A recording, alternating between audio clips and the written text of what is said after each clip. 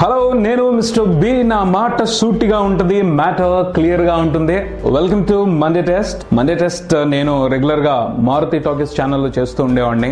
Brief గా Monday test అంటే ఏమిటి అంటే, ప్రతి వీకెండ్ లోనూ సినిమా రిలీజ్ అవుతుంది. రిలీజ్ అయిన సినిమా భవితవ్యం ఏమిటి అనేది ఫస్ట్ మండే రోజున ఆల్మోస్ట్ తేలిపోద్ది. ఎందుకంటే ఇప్పుడున్న పరిస్థితుల్లో సినిమాలు 100 రోజులు 50 రోజులు ఆడే పరిస్థితి లేదు. 2 వారాల్లో వ్యవహారం మొత్తం సెటిల్ అయిపోద్ది. తొలి 3 రోజుల్లో జనరేట్ అయిన టాక్ ను బట్టి తొలి మండే రోజున సినిమా కలెక్షన్లు ఉంటాయి. ఆ రోజు కలెక్షన్లు బాగుంటే సినిమా హిట్ అన్నట్టు లెక్క, లేదంటే మాత్రం వెంటిలేటర్ మీద ఉన్నట్టే ఇవాళ రేపో కిందకి దించేస్తారు. అలా చూసుకుంటే ప్రతి సినిమాకి తొలి మండే అనేది ఓ టెస్ట్ లాంటిదే. ఆ టెస్ట్ లో పాస్ అయిన సినిమా హిట్ అయినట్టు, లేదంటే మాత్రం ఫెయిల్ అయినట్టే.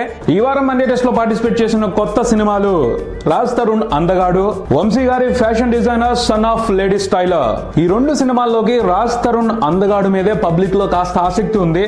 ప్రమోషన్ కూడా చక్కగా సాగింది. గుడ్డివాళ్ళ కనిపించడం, ఆ తర్వాత ఎంటర్టైన్మెంట్ అంతా క్రియేట్ చేయడం, వీటన్నిటిని చూసి సినిమా మీద అందరూ ఆసక్తి కనబరిచారు. దానికి తగ్గట్టే ఓపెనింగ్స్ కూడా బాగా వచ్చాయి. రాజ్ తరుణ్ కెరియర్ లోనే బిగ్గెస్ట్ కలెక్షన్స్ ని ఈ సినిమా దక్కించుకోవడం విశేషం. ప్రపంచవ్యాప్తంగా తొలి రోజున ఈ సినిమా 3,75,00,000 గ్రాస్ వసూలు చేసింది. పోతే టాక్ అనుకున్నంత పాజిటివ్ గా రాలేదు.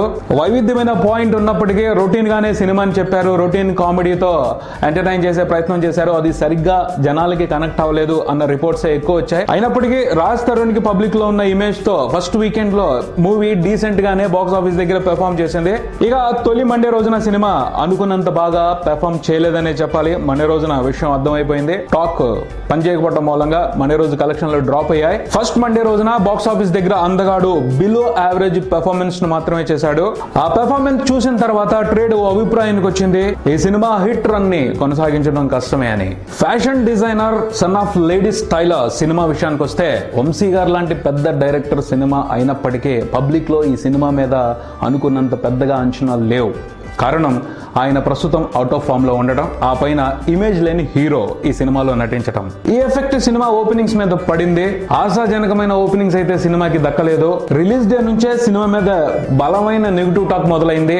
జనాలకు కావాల్సిన ఎంటర్టైన్మెంట్ సినిమాలో లేదు అని క్లియర్ గా తేల్చేశారు. సెకండ్ డే నుంచే కలెక్షన్లు అసలేం బాగలేదు. వీకెండ్ లోనే ఈ సినిమా పెర్ఫార్మెన్స్ బాక్స్ ఆఫీస్ దగ్గర దారుణంగా ఉంది.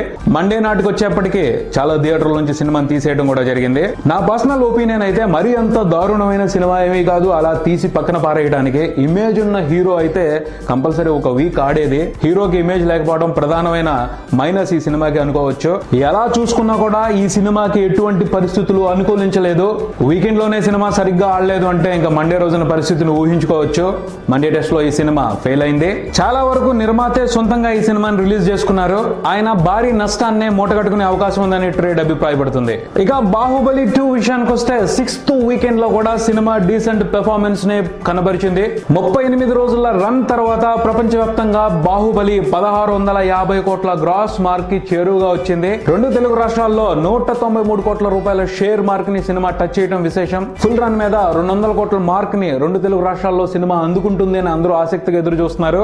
అలానే ప్రపంచవ్యాప్తంగా కూడా 1,700 కోట్ల గ్రాస్ మార్క్ ని బాహుబలి 2 టచ్ చేస్తుందని ఫిల్మ్ మేకర్స్ ట్రేడ్ ఆసక్తిగా ఎదురు చూస్తున్నారు. స్కూల్స్, కాలేజెస్ రీఓపెన్ అయ్యేంత వరకు బాహుబలి 2 కి మార్కెట్ ఓపెన్ ఉన్నట్టే. అంటే ఇంకో 10 రోజులు సినిమాకి మార్కెట్ లో సందడి ఉన్నట్టే. కోరుకుందాం ఫుల్ రన్ లో బాహుబలి 2 1,700 కోట్ల మార్క్ ని టచ్ చేయాలి అని. ఇక రారండోయ్ వేడుక చూద్దాం. కొత్తగా రిలీజ్ అయిన సినిమాలు బాక్స్ ఆఫీస్ దగ్గర పెద్దగా ప్రభావం చూపించకపోవడం సినిమాకి కలిసి వచ్చింది. 2వ వారాంతంలో కూడా రారండోయ్ వేడుక చూద్దాం మంచి పెర్ఫార్మెన్స్ ని బాక్స్ ఆఫీస్ దగ్గర కనబరిచింది. టోటల్ 10 రోజుల రన్ తర్వాత సినిమా ప్రపంచవ్యాప్తంగా 20 కోట్ల షేర్ మార్క్ ని దాటేసింది. అంటే హిట్ సినిమా అయిపోయింది, బ్రేక్ ఈవెన్ అయిపోయింది. సినిమా మీద పెట్టిన పెట్టుబడి ఆల్మోస్ట్ అన్ని ఏరియాల్లోనూ తిరిగి వచ్చేసింది. ఇక నుంచి ఈ సినిమా కలెక్షన్ల ద్వారా వచ్చేదంతా అందరికీ లాభాలు. కొత్తగా రిలీజ్ అయిన సినిమాలు తేలిపోవడంతో 2వ మండే టెస్ట్ లో కూడా రారండోయ్ వేడుక చూద్దాం ఆసక్తికరమైన ఫలితాలనే కనబరిచిందని చెప్పాలి. సినిమా పెర్ఫార్మెన్స్ ను బట్టి ట్రేడ్ రారండోయ్ వేడుక చూద్దాం ఫుల్ రన్ మీద మరో 5 కోట్ల షేర్ వసూలు చేసే అవకాశం ఉందని అభిప్రాయపడుతున్నారు. ఈ సినిమాతో కింగ్ నాగార్జున, నాగ చైతన్యకి ఓ బ్లాక్ బాస్టర్ సినిమాని అందివ్వాలనుకున్నారు. ఇప్పటికైతే ఓ మంచి విజయం మార్క్ ని దాటేసింది. చూద్దాం ఫుల్ రన్ మీద ఈ సినిమా బ్లాక్ బస్టర్ స్థాయికి చేరుతుందేమో. ఇది ఈ వారం మండే టెస్ట్. మరో మండే టెస్ట్ తో నెక్స్ట్ వీక్ కలుద్దాం. ఈ వీడియో మీకు నచ్చితే లైక్ చేయండి, మీ అభిప్రాయాన్ని కామెంట్ చేయండి, ఈ ఛానల్ ని సబ్స్క్రైబ్ చేయండి. నేను mister B. Keep watching mister B channel. Thank you.